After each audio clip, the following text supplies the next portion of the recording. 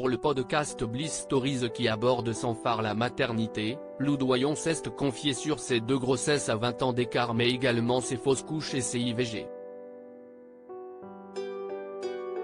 D'une sincérité désarmante, elle partage son vécu qui fait écho à celui de nombreuses femmes.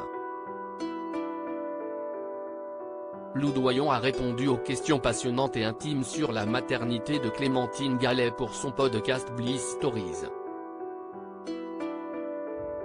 Une interview durant laquelle l'actrice, mannequin, chanteuse et musicienne s'est confiée sans tabou sur ses 2 maternités, la première ayant eu lieu il y a plus de 20 ans et la seconde l'an dernier.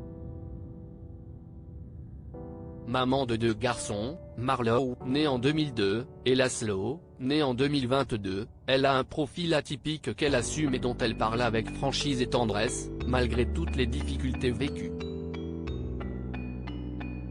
En effet, si pour sa première grossesse, elle a souffert du manque de présence du papa, le musicien John Ulysses Mitchell dont elle est séparée depuis, elle a également dû affronter des avortements et des fausses couches.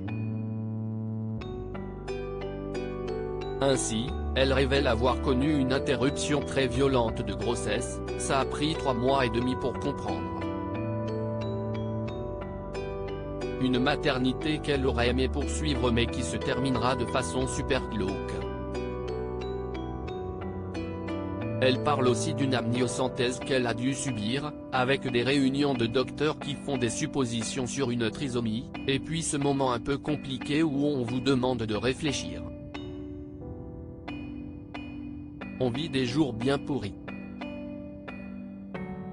Un examen délicat. L'amniocentèse consiste à prélever une petite quantité de liquide amniotique dans lequel baigne le fœtus au cours de la grossesse, lit-on sur le site Amélie.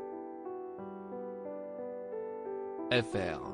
Cette étude permet de rechercher des anomalies chromosomiques, par exemple une trisomie 21, de gènes comme celui responsable de la mucoviscidose ou encore des anomalies biochimiques.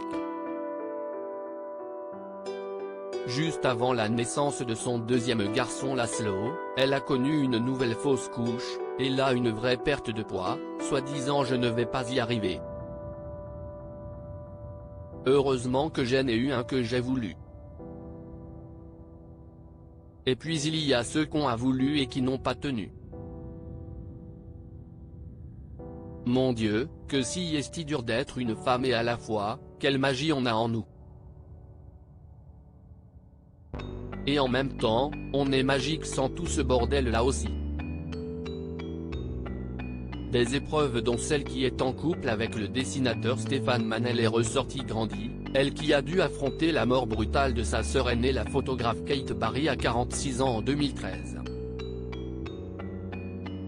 Les drames, on s'en sort mieux si on les prend comme une leçon universelle, confiera-t-elle.